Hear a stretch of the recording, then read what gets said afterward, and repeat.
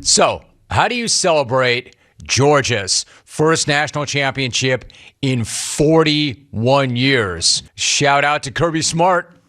Shout out to Kirby Smart for shouting out to Larry Munson. Shout out to the Georgia Bulldogs for winning the national title and for making it worth our while in the second half of that game, because I was concerned for quite some time. In the first half, that game was a complete slog. Like, it might have been pretty well played. It was. It just wasn't a hell of a lot of fun. Not much juice or adrenaline in a kicking competition. Am I right? Before halftime, the most interesting part of the evening, the most interesting part of the game was Andrew Luck showing up before that game. And Andrew Luck, of course, immediately getting punked on Twitter for his look. You know, I don't want to be this guy. I hate to be the cooler. I hate to be the buzzkill. I hate to be the guy to break up your party, losers. Loser. But don't you all have something better to do?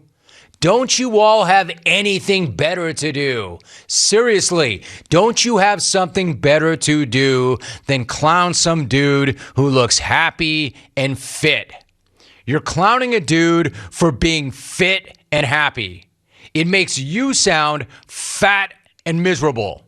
Yeah, I know. What about that stash, Rome? What about it? The hell you care about a dude's stash when there's probably a very good chance you're rocking a porn stash of your own. And yes, I did see dude rocking a polo shirt under a jacket that he may have borrowed from Goodwill. What's your point? That he's a nerd? That he can't dress? Nerd! Now tell me something I didn't already know. And I can all but guarantee he's still rocking a flip phone too. Dude is a football icon, not a fashion icon. I mean, you Twitter gangsters really are the best. You kill this guy for being fit and trim. And I sure as hell know you'd be killing this guy if you put on a pound or two from his playing days. Then you'd be all over him, glossing him Andrew Chunk. So what the hell is this guy supposed to do? What is anybody supposed to do if you're all lying in wait, ready to kill them for their weight, regardless of how much they actually weigh? You kill them if they gain a pound or two, and you kill them if they lose a pound or two. Yeah, because all of you look like Dodonis yourselves. Y'all look like Dodonises. He looks like a Dodonis. Look, I know some of you have nothing better to do but to rush to Twitter to go in on anyone and anything. But what I'm saying is you really should find something better to do. He did, and he's wearing it pretty well, even if it does look like he picked that fit up from a thrift store. Who cares? Like, the dude's happy, man. He's trim. He's fit. Now that I got that out of the way and I addressed that, do you mind? Can we talk about the game? Can we talk about the matchup? Because it is a game worth talking about. From the very first snap, although it was a kicking competition in the first half, from the first snap, you could see that was a game that was going to be played with speed and power and violence. You know, if you watch that game, it's pretty easy to see that the SEC is just different. You know, they walk around and they carry themselves like that and they act like that. And there's an arrogance that comes along with it, but understandably so. The SEC is different. They act different because they are different. Well, at least the SEC at the top level. I'm not really looking to hear from Texas A&M and Mizzou fans claiming that they got a part of that national championship last night, because they didn't. The SEC didn't win that title. Georgia did, and they deserve it because they got their asses kicked in the SEC title game by Alabama. Perform. So they got their asses kicked by Alabama less than 40 days ago. They were run off the field. They were humiliated. They were embarrassed, and they should have been. But what did they do with that? They went to work. They came back 5 weeks later. They turned the tables on the Tide. But it certainly did not look like that was going to happen. Not after Bama pulled off the most casual fumble recovery in football history. Like, you see that ball in that situation. In that game, you're supposed to be diving all over it. He went for it like he was picking up a loaf of bread. at a store. Like the most casual fumble recovery ever, maybe to the point of being accidental. However, if you're a Georgia fan, you had to be thinking, oh, dang, here we go again. 40 years of this, because 4 plays later, the Tide punched that in and they took a 5-point lead with 10 minutes to go in the fourth quarter. If you're a Georgia fan, you had to be fearing the absolute worst. And for a moment, it looked like that was going to be the turning point in the game. In fact, it was actually, just not for Alabama, because Georgia took that play and they used it as fuel. Shout out to Stetson Bennett. Correction. Shout out to Stetson Fleming Bennett the fourth, because he's getting the full government after that game last night.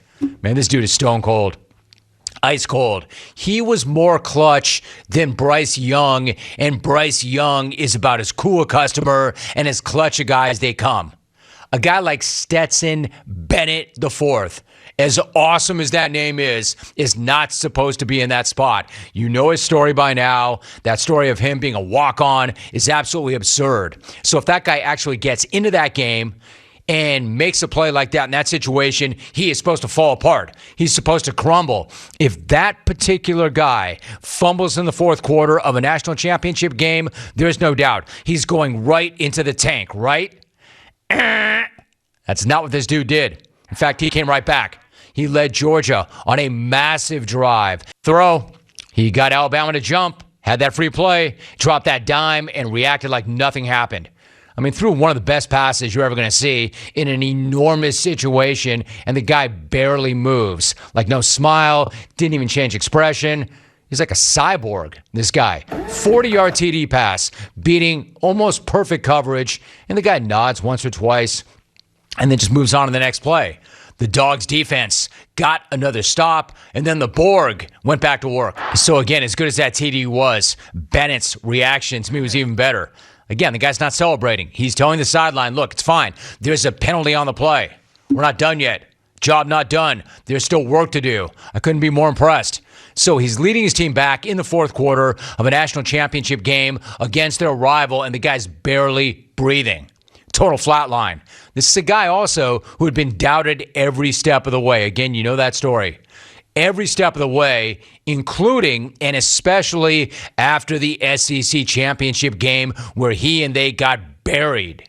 If anybody should have been doing the Connor billionaire strut around the turf last night, it was Stetson Bennett IV.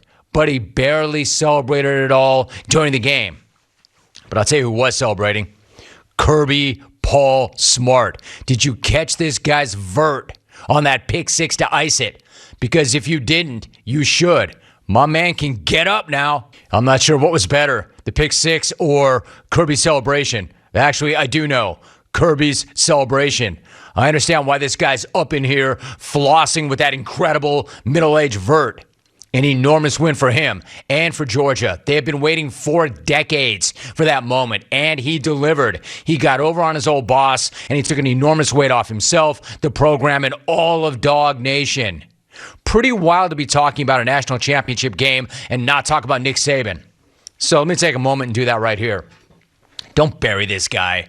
Do not bury this guy after that game. Yes, they lost the national championship game, but he took them to a national championship game with arguably his weakest team in a decade. And they had not one, but 2 brutal injuries to wide receivers in the last 5 weeks, and they still had to look at it. They still had a lead in the fourth quarter. Trust me, Saban is not going anywhere. Knowing this guy, he's already hit the recruiting trail, and he's going to double down. This is not the end of Saban. It might be the start of something, the start of a new chapter in Saban and Smart, but it's not the end. So, shout out to Georgia, shout out to Kirby Smart, shout out to Stetson Fleming Bennett IV, and a shout out to all of the property that did get torn up in Indy last night, baby. For most of the game, I thought, this game is pretty awful, baby. The only thing we're going to talk about on my show, I'm thinking this when I'm watching that game last night, the only thing we'll be talking about on the show for 3 hours is Andrew Luck's look, baby! Baby! Just 3 hours of crap. 3-hour barrage of Andrew tummy tuck tweets, Or why is Andrew rocking Grandpa Joe's mustache emails? Georgia got theirs. Georgia got over.